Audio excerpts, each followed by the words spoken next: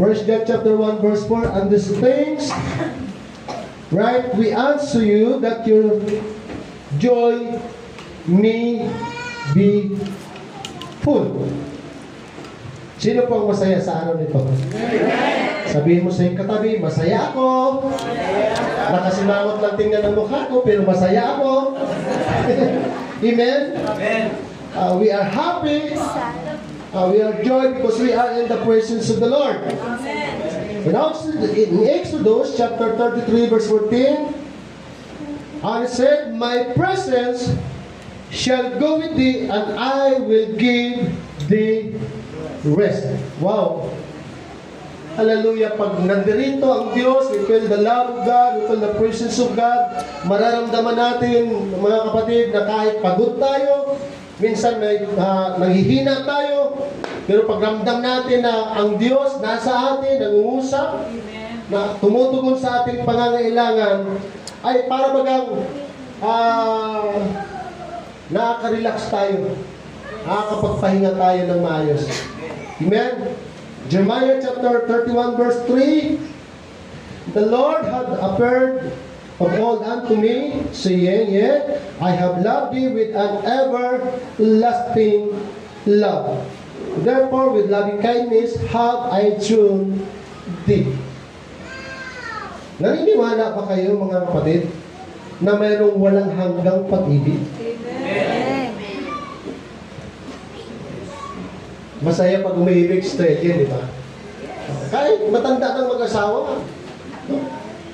Pag araw-araw sinasabi mo, mas lalo kang gumaganda kahit natanda ka. Minsan, madidibilog ka rin, mga kapatid. Hallelujah! The joy, the presence, and the love of God. Sino yung gusto mag-enjoy sa presensya ng Diyos? Amen! Sino yung nangangarap na mas magandang manatili sa presensya ng Diyos? Mga kapatid, minsan nabibigo tayo sa pagmamahal ng tao, pero ang Diyos ay hindi bumibigo sa kanyang pag-ibig sa bawat isa sa atin. Amen! Praise the Lord, hinihiling ko ang pananalangin ni Pastor G sa anointing ng salita ng ating pong Panginoon.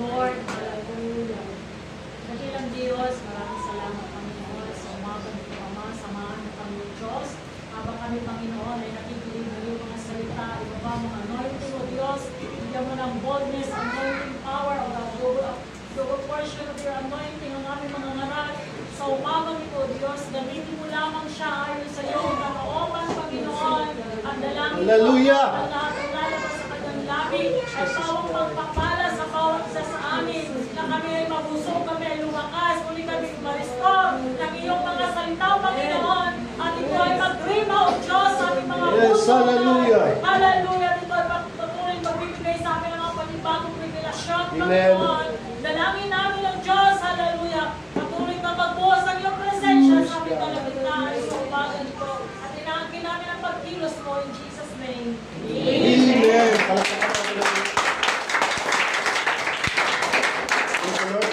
Mga kapatid, sinasabi po ng banal na kasulatan sa unang Juan, chapter 1, verse 8, kung sinasabi natin tayo'y walang kasalanan, ay ating dinadaya ang ating mga sarili at ang katotohanan po ay wala sa atin. Sa verse 9, kung ipinapahayag natin ang ating mga kasalanan, ay tapat at banal siya na tayo'y patatawarin sa ating mga kasalanan at tayo'y lilinisin sa lahat ng kalikuan.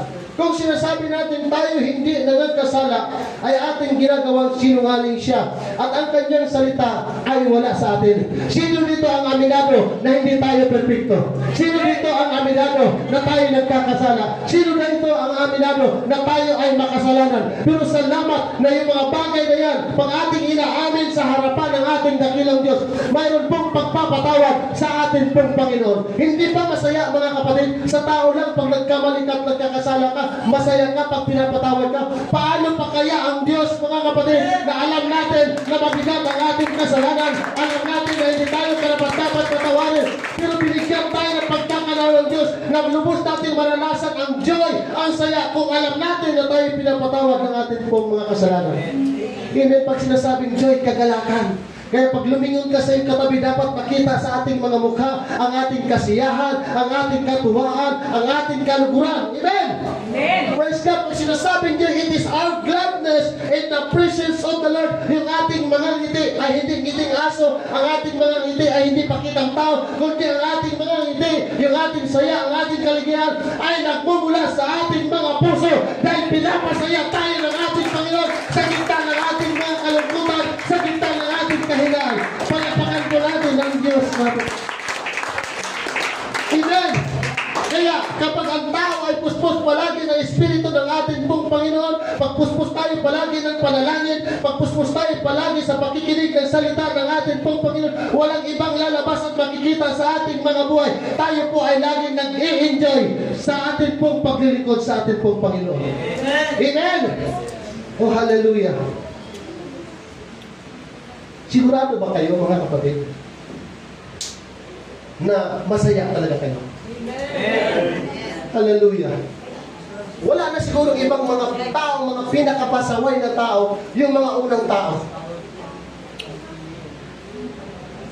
From time of Moses, from time of Joshua, from time of Gideon, from time of sa mga judges, sa mga panahon ng mga propeta, napakapasaway ng mga bayang Israel. Sa panahon ni Nehemiah, napakapasaway ng bayang Israel. Pero kahit pasaway sila, paulit-ulit silang nagkakasala, nandoon pa rin ang pagpapatawad ng ating Panginoon. Kaya ang sabi ni Nehemiah, the joy of the Lord is my strength. Lahat ng nanghihina, kapag tayo nag-i-enjoy sa pagpupuri, pag binibigay natin ang ating lakas sa pagsamba sa ating Panginoon, maniwala ka ba na hindi, pasasayahin ka ng ating Panginoon. There is joy in serving God. There is joy in worshiping God. Amen? Kung bawat pagkakasala natin, impyerno tayo, walang matirang tao sa buong mundo. Pero salamat, every time na tayo nagkakasala, welcome, welcome, welcome pa rin tayo sa presensya ng Diyos. Woo! Amen! Sa aklat ng mga gawa, sabi ng banal na kasulatan sa chapter 2 verse 46, at araw-araw sila nagsisipanatiling matibay sa pagkakaisa sa templo at sa pagputol-putol ng tinapay sa bahay-bahay, at nagsisikain sila ng kanilang pagkain at may galak at may katapasan ng puso. Pag hindi ka masaya na nakikita mo ang kapatiran mo, may question ang pagiging Kristiyano natin. Amen? Pag hindi tayo masaya sa isa't isa na nandito tayo, mga kapatid, piki ang ating pananampalataya, piki ang ating pong paglilingkod. Pero kahit anong klaseng mukha ang kaharap mo, dapat masaya ka. Salamat sa Diyos, kasama kita. Salamat sa Diyos, kapatid, kasama kita ngayon. Mamili kayo, mga kapatid. Magsama-sama tayong lahat sa loob ng hospital o dito tayo sa loob ng templo ng ating pong Panginoon. Saan niyo gusto? Sa oras na ito, magsama-sama tayong lahat sa sementeryo o sa lugar na ito? Saan niyo gusto? Sa hospital, sementeryo? Wala. Saan niyo gusto? Dito? Dito tayo. Dito tayo masaya. Dito tayo lumalakas, mga kapatid.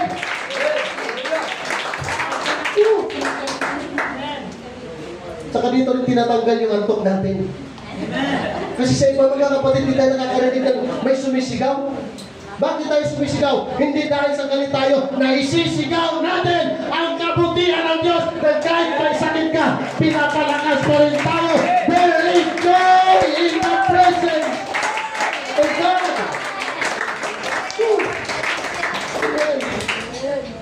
Anong dala ng ating Panginoon Jesucristo sa kanyang pagkakatawang tao? Kaligayahan ng tao sa mundo.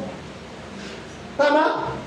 Maraming may mga sakit, may mga malubhang sakit na lumalapit sa ating Panginoon at hindi tinatakwil ng Diyos. At every time na pinapagaling sila, yung iba sumisigaw, yung iba sumasa, yung iba tumatalon. Pag nasa hospital ka, pag walang pera ka, bigma ka. Kahit sabihin pang may emergency, pero hindi mo alam ang sakit mo, magpapadoktor ka, tanungin ka anong sakit mo, magpapadoktor ka nga eh. Kasi sila ang nakakaalam. Pag naghihingalo ka, hindi ka asikasuin ko rin. Magpipirma ka muna ng waiver. Tama? Yes. Pag wala kang pera, anong mangyayari, mga kapatid?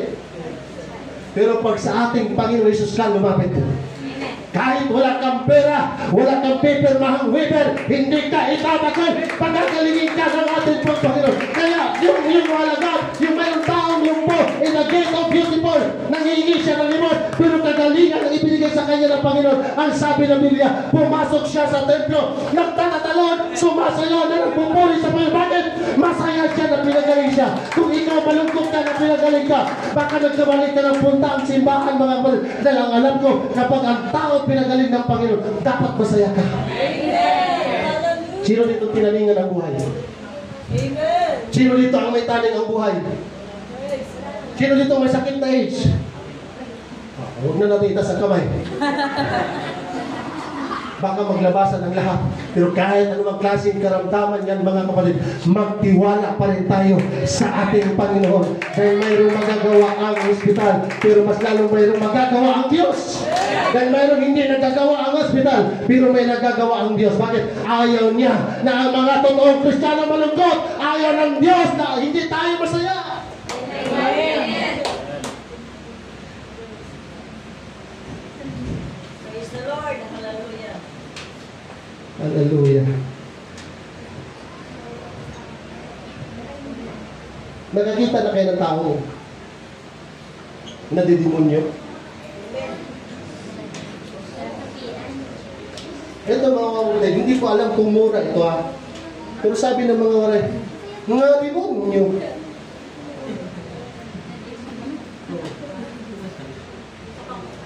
Isa sa dahilan bakit dapat hindi ako magpastor sa Israel. Sabi ng kaibigan kong pastor, naka-encounter sila ng tao may espiritu ng demonyo. Even yung pastor, naka-encounter sa conference na mayroong aswang na yung dila is umabot sa lupa. Kung kayo maka-encounter ng ganun, anong gagawin natin?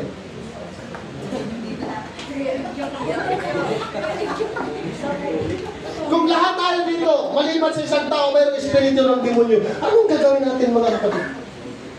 Di ba hindi tayo magtatakbuhan? Bakit? Parehas ng demonyo eh. Totoo?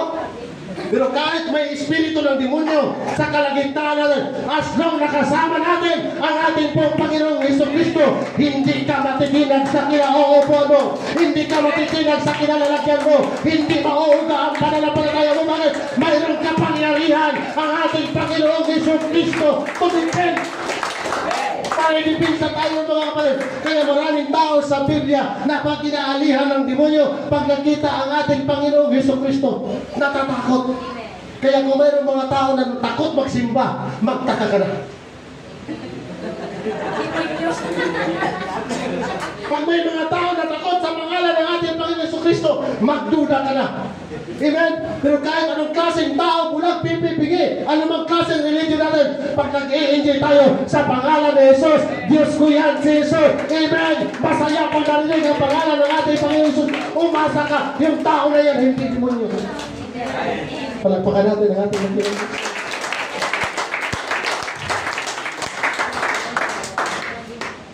Masaya sa presensya ng Diyos. Pag inuna natin ang Diyos, mga kapatid, umasa ka. Kahit ikaw na ang tao mayroong pinakamabigat na problema sa buong mundo, pasasayahin ka ng Diyos. Pag inuna natin ang Panginoon. Alam niyo po ba, sa Biblia, mayroong isang babae na laging nasa paanan ng ating Panginoong Hesus. Yung magkapatid na Maria at Magdalena, ang Marta. Itong ating Panginoong Hesus laging dumadalaw sa bahay nila. At kapag dumalaw sa bahay nila, alam ng Panginoon kung sino yung gustong laging nasa presensya niya. Meron bang mga Marta dito, mga kapatid?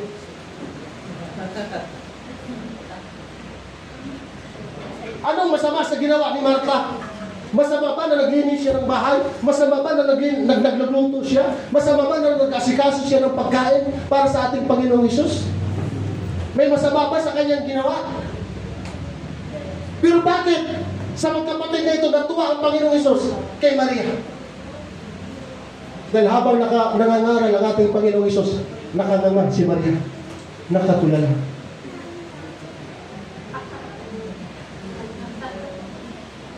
Saan ba pangalan ng Panginoong Hesus, sabi ng Biblia, pag nandoon si Maria, laging nasa paanan siya ng ating pong Panginoong Hesus. Ano bang mayroon sa ating Panginoong Hesus?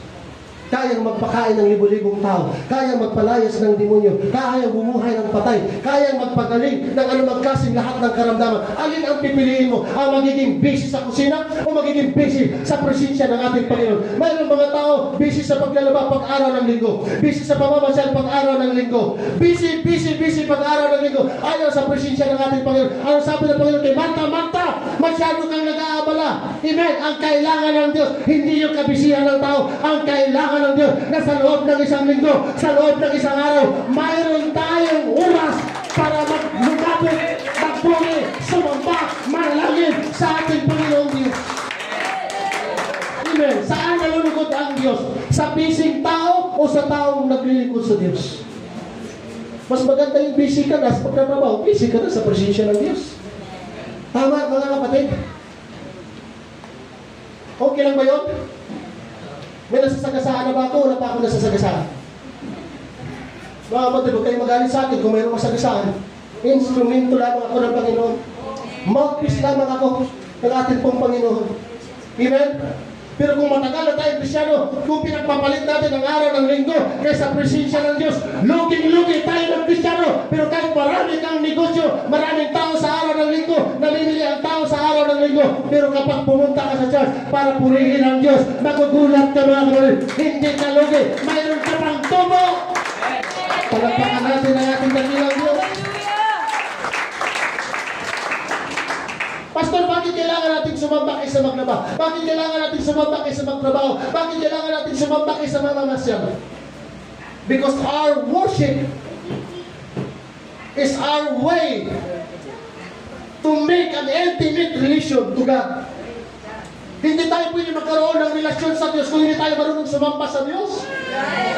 Hindi tayo magkaroon ng relasyon sa Diyos kung hindi tayo marunong manalangin sa Diyos.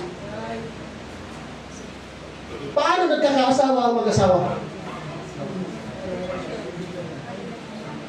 Hindi naman nakuha sa prank. Di ba yung Bartolo Brothers? Oh, kuya, bili na kayo gayuma. Mayroon ba ditong nagayuma? Bakit nag-asawa ang mag-asawa? Kasi nagkalapit. Naniniwala ba kayo mga kapatid na ang aso at pusa hindi magkalapit? Kasi paano sila mag-away kung hindi sila magkalapit? So nagkakalapit. Nag-aaway na lang. Amen? Bakit nagkaroon ng pag-aasawa? Kasi lalo nakikilala ang isa't isa. Pwede ka bang mag-asawa na hindi mo kilala? Mayroon ba dito mga young people na gusto mag-asawa hindi niya kilala? Wala, di ba? Dati, pag umakyat ka ng ligaw, 3 years, 4 years, 2 years, 1 year. Ngayon sabi nila, isang linggo, mayroon eh. Mayroon na bang mga young people sa UPC, isang linggo ka na lang liligawan? Mayroon ba mga kapatid? Wala. Kailangan muna natin makilala ang bawat isa sa atin. At kapag kilala na natin, mag-aasawa na, saka magkarambula. Bakit tayo sumasamba? Bakit tayo nananalangin? Para magkaroon tayo ng matibay na relasyon sa Diyos. Hindi natin pwedeng sabihin na kilala natin ang Diyos, hindi tayo sumasamba sa Diyos. Hindi natin pwedeng sabihin na kilala natin ang Diyos, pero hindi tayo naglilingkod sa ating Panginoon. Ang taong kilala ang Diyos, kahit paghiwalayin ng tao, hindi hihiwalay sa Diyos yan. Bakit? Matibay ang kanilang relasyon. Palakpakan natin ang ating Panginoon. Sabi nga, ang tao na pinagsama ng Diyos ay hindi pwedeng paghiwalayin ng tao. Ang tao na mayroong relasyon sa Diyos, hindi kayang paghiwalayin ng demonyo.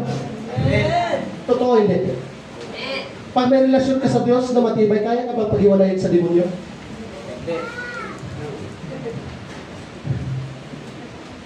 Palagpakan natin ang Diyos.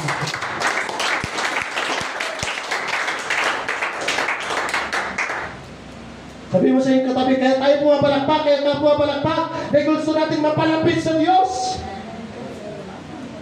Kaya tayo nagbibihis, kaya tayo nagnilintay, kaya tayo nagbabarong, kaya tayo nagka-Amerikana. Sino dito ang in love ka sa gusgusin? Alam mo, na-inlove ako sa'yo dahil sa forma mo. Pag nag-selfie, Richard Gomez, pag humarap, Gary Estrada, pag nakatalikod si Cesar Montano, pag naglakad, Ruben Padilla.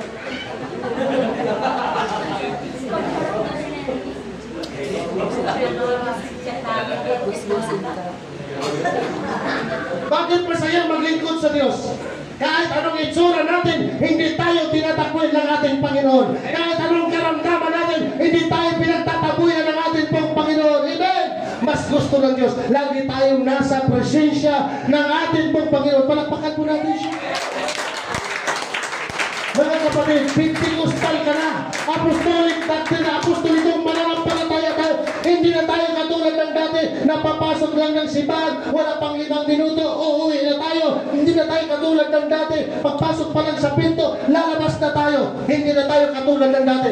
Tayo ay iba ng mananampalataya. Totoong mananampalataya. Ang sabi ng Biblia, ang mga taong totoong mananampalataya, mas gusto pa nilang nasa loob ng simbahan kay nasa kalayawan. Yun na yung buhay natin, mga kapatid. Bakit? Masaya sa presensya ng Diyos. Nag-i-enjoy tayo sa presensya ng Diyos. Sino dito ang pinagalingan ng Panginoon? Marahil tayong lahat ay pinagalingan ng ating pong Panginoon. Di ba nakakahiya kung kailan tayo pinagaling, saan ka pa tayo tatalikod sa ating pong Panginoong Diyos? Amen? Sino dito pinagpapala? O di ba walang nagpapala sa atin? Wala nang nagpapala, brother, di ba? Pinagpapala na tayo ng ating pong Panginoon. Amen? Dahil sa presensya ng Diyos may kagalakan, sa presensya ng Diyos may kagalingan, sa presensya ng Diyos, lahat na mga kapatid. Sabi nga ng Bible, I am with you always. Paglingkod ka, pag-anak ka ng Diyos, sabi ng Matthew chapter 28, I am with you always. Kung ang Diyos nasa akin, nasa iyo. Kung ang Diyos nasa iyo, nasa Kanya. Totoo hindi. Pag tayo lagi nasa presensya ng Diyos, walang gutom. Kaya yung mga alagad, pag saan mga ngaral ang ating Panginoong Jesucristo, nagkukumahog sila kahit tumatawid sa dagat, nandoon sila. Dahil kapag nandoon si Kristo, may nabubusog, may nagumagaling, may naaayos ang buhay, may nakakalaya sa espiritu ng kadiliman, mga kapatid. At salamat to God, be all the glory. Dati tayong masama, dati tayong bisyoso, dati tayong sakit sa lipunan, dati tayong sakit sa ulo ng ating mga bulang. Pero tingnan mo ngayon, nagagamit ka na sa gawain ng ating dakilang Diyos. Palakpakan po natin siya, mga kapatid.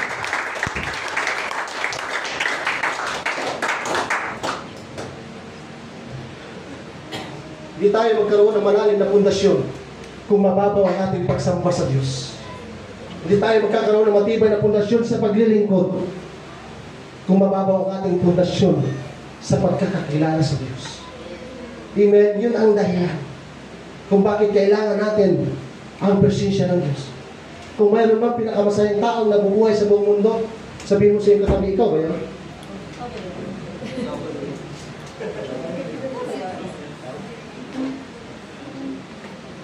Kung mayroon bang pinakamasayang taong nabuhay sa mundo, si Adam at Sister Eva. Pagkakilo kayo, ha? Kupul talaga. Ha? Ganda ng kulay ng damit ka. Ang saya ni Adam at Eva. Bakit? Nandoon ang presensya ng Diyos. Pero alalahanin natin kapag nandoon ang Diyos, nandoon ang presensya ng Diyos, nandoon rin ang espiritu ng demonyo. Hindi natutuwa si Satanas na si Adan at Eva ay nag-i-enjoy sa presensya ng Diyos. Di ba? Bago sila nagkasala, ang sarap ng buhay nila. Wala silang pag-aaway dahil wala silang biyanan. Dahil walang sila eh. Walang istorbo, mga kapatid. Walang silusan sa kanilang pagmamahalan. Walang kaagaw. Sa panahon nilang dalawa, sila ang pinakagwapo at pinakamaganda. Walang gastos, walang isem, walang Shein, walang Shopee, walang Lazada. Diba? Ang saya nila, mga kapatid. Amen. Wala silang gutom. Nag-i-enjoy sila sa presensya ng Diyos. Pero nung nagkasala sila, Yun ang mabigat kapag tayo nagkasala, mga kapatid.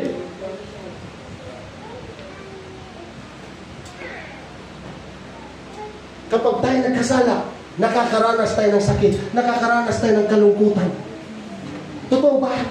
Amen. Pero salamat na nakita ng Diyos na tayo nalulungkot, nung makita ng Diyos na wala ng kabuluhan ang ating buhay dahil hiwalay na tayo sa presensya niya. Nagkatawang tao siya para ikaw at ako ay maibalik sa presensya ng Diyos. Kaya dati, nung wala tayo sa paglilingkod, dati tayo manginginom, adik tayo sa sugal, adik tayo sa bisyo, adik tayo sa sigarilyo, adik na tayo sa lahat ng bagay. At alam ng Diyos, kapag hindi tayo nakabalik sa Kanya, na mapapahamak ang ating pong mga kaluluwa. Kaya magugulat na lang tayo. Mayroong mga tao biglang darating sa atin, magayaya, Brad, sister, punta tayo sa simbahan, sama ka sa simbahan, maglingkod tayo sa Panginoon. Hindi natin alam na yung mga tao pala na yun ay ginamit ng ating Panginoon para tayo ay makabalik sa presensya, para tayo ay nalitan tayo. Alam na natin ng Diyos na tayo ay may impirno na. Pero salamat, bago tayo na impirno, ni-rescue tayo ng ating pong Panginoon. Kaya maganda, malagi tayo sa presensya ng ating pong Panginoon. Bakit? Kahit nandyan ang kaaway. Kahit nandito ang kaaway, but because of the Holy Spirit of God, nag-i-enjoy ka pa rin, masaya pa rin tayo sa presensya ng ating pong Panginoon. Palakpakan natin siya.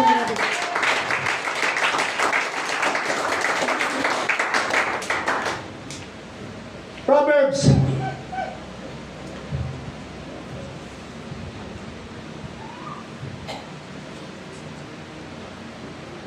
chapter 15 verse 29. Ang Panginoon ay malayo sa masama, ngunit kanyang dinidinig ang dalangin na matuwid. Sino dito mga panalangin tinugon ng Diyos? Amen. Sino mga kapatid? Amen. Bakit ka tinugon? Dahil matuwid na ang pamumuhay mo sa harapan ng ating dakilang Diyos at yan ang tinitingnan ng ating pong Panginoon. Amen. Oh, di ba may business na, no? Napakapalag ng dalawa. Sister Beth. Hindi ko lang alam, Sister Elgin, mas nauna ako sa kanila dito sa night or sila. Pero malilibot na nila buong night. Ano masaya? Tayo nangangarap maglibot sa buong mundo. Sila, night, malilibot na. Tayo mga kapatid. Amen?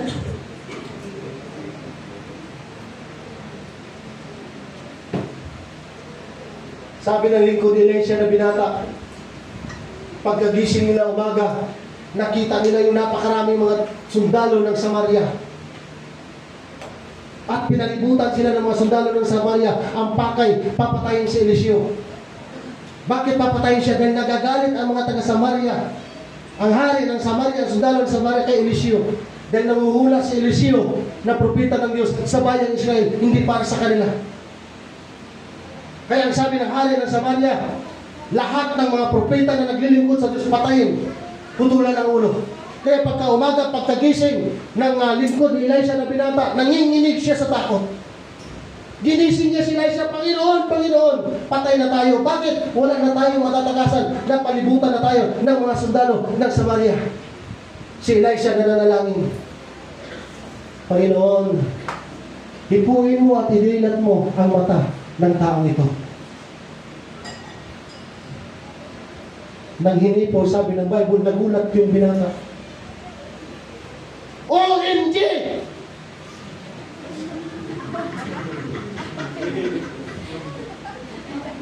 Yung sundalo ng Samaria na napakarami, nung hinipo na ang kanyang mata ng ating Panginoon, marahil napasigaw siya, OMG!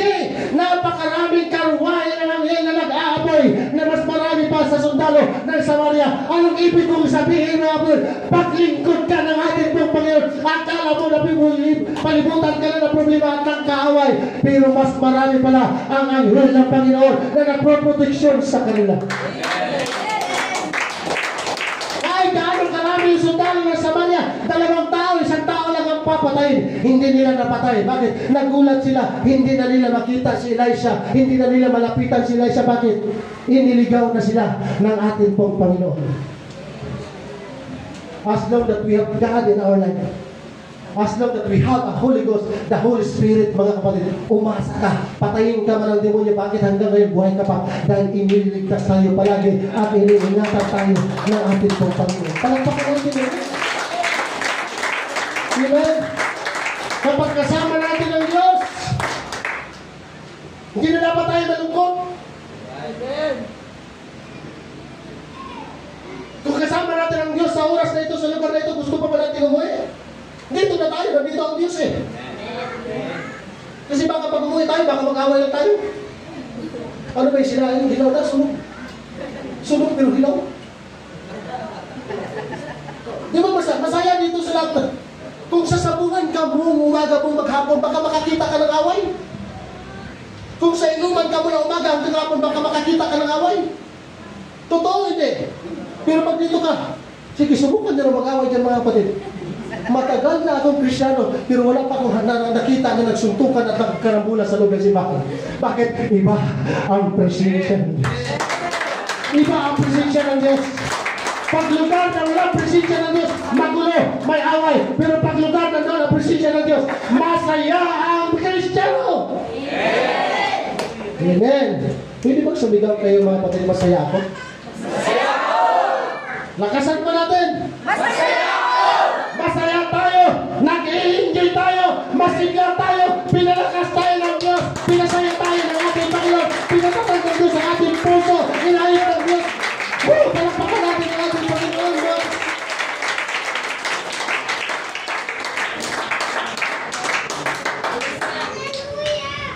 Oh, di ba? Galing mo bata? Hallelujah! Pag tayo naglilingkod sa Diyos, sa Diyos, there is joy. Pag tayo naglilingkod sa Kanya, there is the presence of God. And then, the love of God. Sino dito may puso? Amen. Lahat tayo may puso.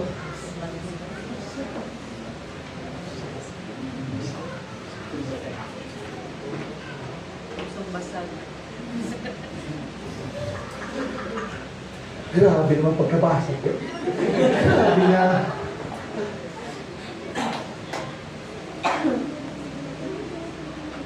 Nahulog, higit sa puno, sa lubid. Grabe nga ang pagkadurog sa puso. Sino dito nakabasa ng God is Love? Sa tricycle, sa jeep, sa bus, sa minibus, God is Love. Mayroon mga school, mga marami tayong nakikita ang God is Love.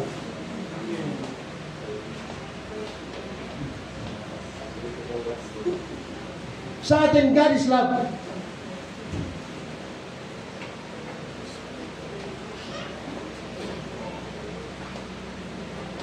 God is merciful. Ang Diyos maawain. Ang Diyos mahabagin. Ang Diyos matulungin. Ang Diyos mapakumbabang loob. Ang Diyos maganda ang loob. Bakit? Dahil ang Diyos ay pag-ibig. Kaya nga sabi nila, pag pinabuhay sa atin, pag pinabuhay natin ang buhay ng ating pong Panginoong Jesucristo, ang makikita sa atin, God is love. Pinapatawad kita, Ikson. Gipasaylo kita, Ikson. Tungod kay mahal kita. Kay magmahalan ta. Ingon sa atong Ginoo. Amen? God is love. Kung hindi ko lang mahal ang Panginoon, naku!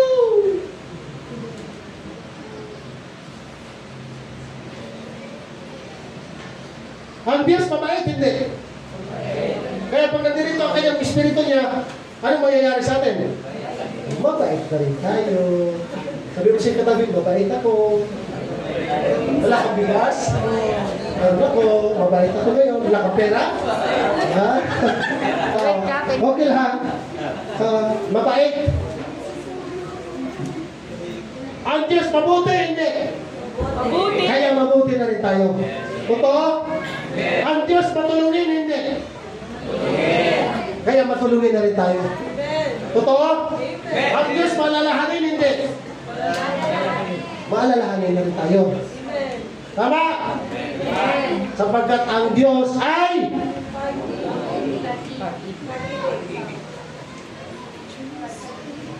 Ang Diyos ba mapagpatawad? Hindi. Pagpatawad. Mapagpatawad. Kaya tayo'y nagpapatawad. Amen. Kaya pag bumili kayo at mahal yung inyong bibilhin, patawarin mo ako.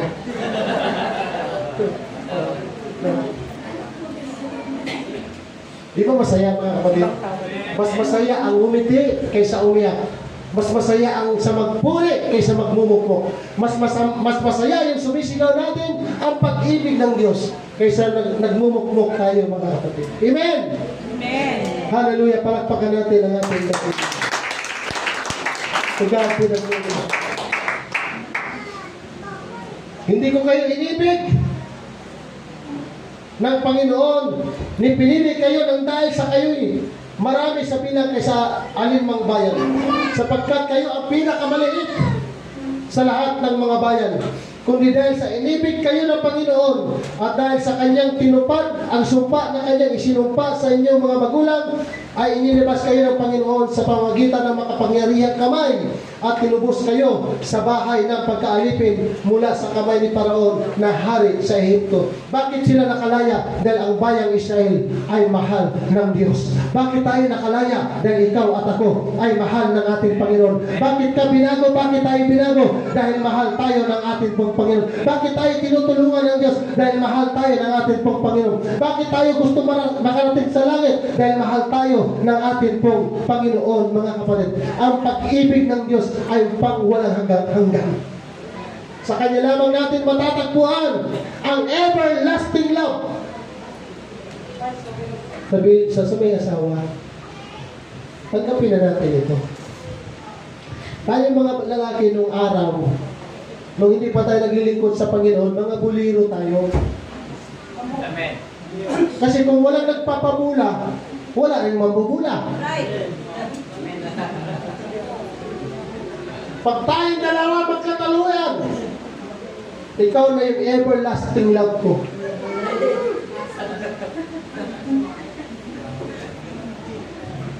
Pero tanggapin natin mga kapatid, sa ayaw man natin o hindi, walang everlasting love sa mundo ito. Walang forever love sa mundo ito. Pero pag naglingkod tayo sa Panginoon, mayroong everlasting love, mayroong forever love. Sa Panginoon lamang natin yan matatagpuan, mga kapatid. Amen. Sa panahon ni Jeremiah, wala siyang ginagawa. Halos araw-araw, umiiyak siya sa bayang Israel dahil napaka-idolatros ng mga tao na yun. Pero imbis na parusahan sila ng Diyos, pinatawad sila ng Panginoon dahil mahal sila. Ang bayan ng Ninive, ang gusto ni Jonah, maguraw na ang mamatay na ang lahat ng tao sa Ninive. Pero bakit hindi pinatay? Dahil ang mga tao sa Ninive ay mahal ng Diyos. Kung tutuusin mga kapatid, wala tayong kwenta sa harapan ng Diyos. Kung tutuusin, okay lang, wala namang mawawala sa Panginoon kung ma-impierno tayo. Pero bakit tayo iniligtas ng Diyos? Dahil mahal tayo ng ating pong Panginoon. Kaya wala tayong diskriminasyon dito. Ano mang lahi natin, ano mang culture natin, ano mang pagkatao natin, hindi natin pwedeng itakwil ang bawat isa sa atin. Bakit? Dapat katakwil-takwil tayo, pero minahal tayo ng ating pong dakilang Diyos.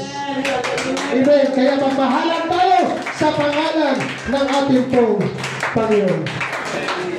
Ang pag-ibig ng Diyos ay pangkalahatan. 1 Timothy chapter 2 verse 4, na siyang may ibig na ang lahat ng mga tao'y mga ligtas at mga kaalam ng katotohanan. Nung General Conference ng United Pentecostal sa ibang bansa, halos lahat na nag-plug sa mundo ay kanilang dinisplay. Sa madaling salita, halos buong mundo ay mayroon ng UPC. Mayroon ng United Pentecostal Church. Dalawa po kasi klase ang born again. May faking born again at totoong born again. Sa Bible, ang totoong born again, yung nabautismo sa tubig at sa Espiritu. Dahil sabi ng Bible in John chapter 3, except a man be born of water and spirit, he cannot enter into the kingdom of God. So pag tayo born again, na hindi tayo nabautismuhan sa tubig at sa Espiritu, pigit tayo born again. Yun ang sabi ng Biblia, hindi ko sabi mga kapatid.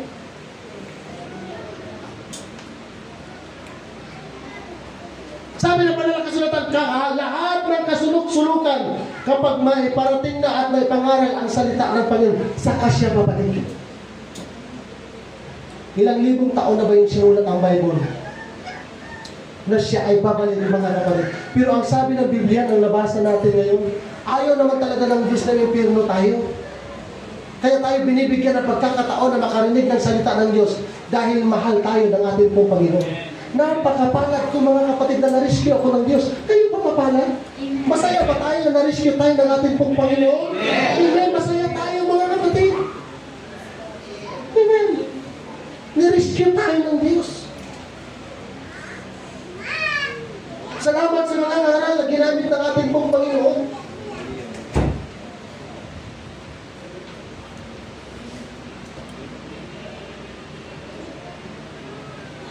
Pero ang totoo, mahalan talaga tayo ng Diyos. Ayaw niya na mapahamak tayo.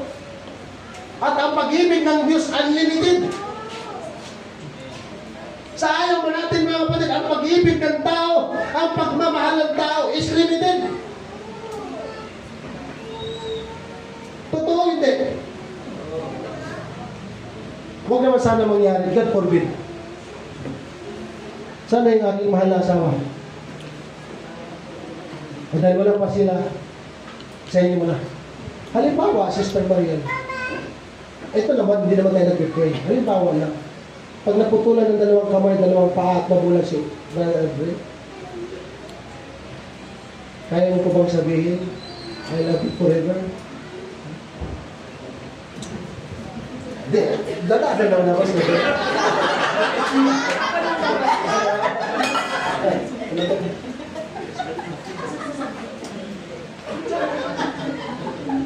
Diba, kayo po ba naniniwala mga kapatid sa sinasabi na yung 10 anak kaya alagaan ng isang magulang, pero yung isang magulang hindi kaya alagaan ng 10 anak?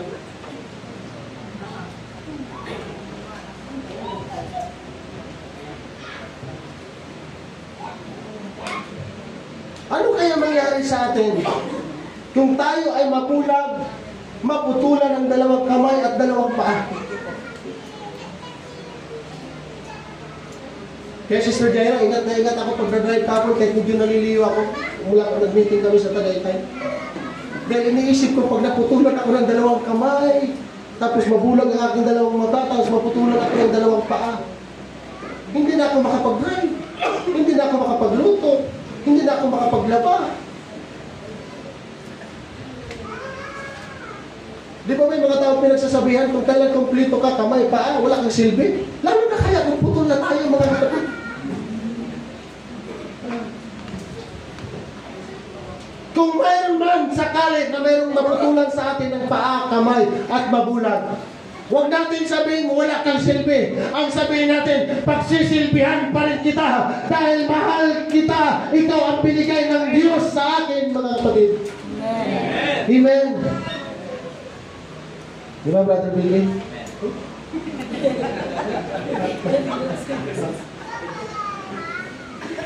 Diba, Sister Jen?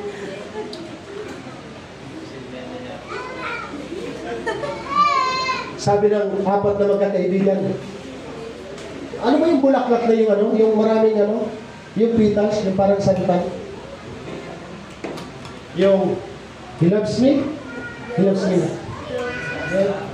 Sino nakasubok yan? Si Brother, nakasubok ka dyan? Si Brother yun? He loves me? He loves me na. O yun, Rose? Diba? Yung lula ko natin yan, bata pa kami, may talim. Yung santan ba yun? Santan, o? May mga kain akong 4. Kuha ng santan. Ay, ako mali. Ay, anong malay ko? Basta nakakarinig na ako ng salita, basta narinig ko sa kanila, he loves me, he loves me na. He loves me, mahaba-haba yung nakahilira yung alaman na yun. He loves me na. Pitas na naman ulit. He loves me na. Ito, nasisisi yung halaman. Ano ba itong halaman na itong kulang sa bilang? Nagtatapos? He loves me na. Ulit na naman. Siguro mga nakakalimang kilo sila. Oh, sabi ng lula ko, ano ba nangyayari sa inyo? Ba't anong nangyayari dyan sa mga bulaklak? Ay, si lula naman. Huwag niyo na kami pansinin, napagdaanan niyo na yan. Hindi na yung lula ko dahil napagdaanan na. He loves me. He loves me na. He loves me. Wala. Pagdating ng last, malungkot ang lahat.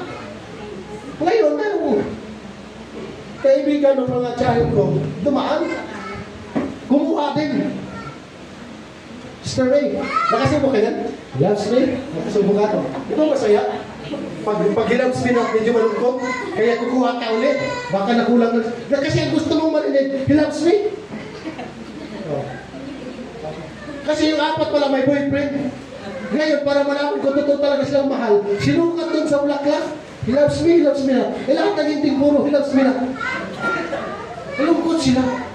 Yung isa kumuha. He loves me.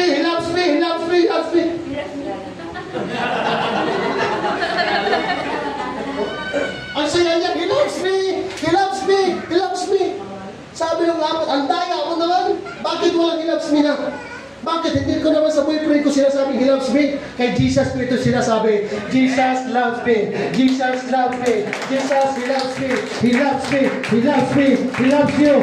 you. Yan ang totoo mga friend. Kaya tayo ng lahat ay tumayo.